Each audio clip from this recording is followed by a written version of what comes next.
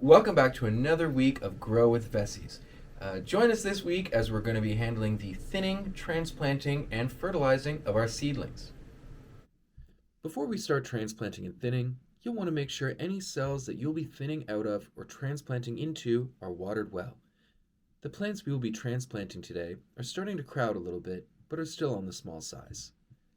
Start by counting the number of plants to transplant. Once you have a number, create some holes in empty cells deep enough to fully bury roots, but not the stem, with the exception of tomatoes.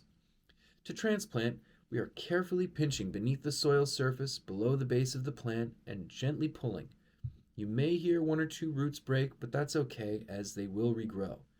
Once removed, you can transplant your seedlings into an empty cell and cover the roots, gently pressing the soil around them to ensure the roots have made good soil contact and there are no air bubbles in the cells.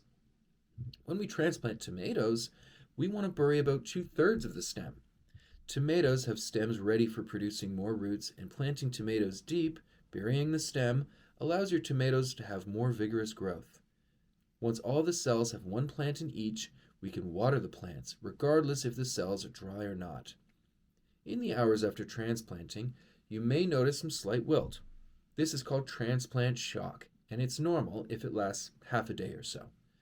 Don't be surprised if you see your plants stop growth in the days after transplanting.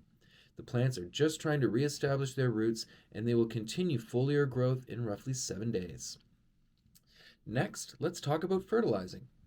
There are many different fertilizers on the market, so make sure to research the best fertilizer for your needs.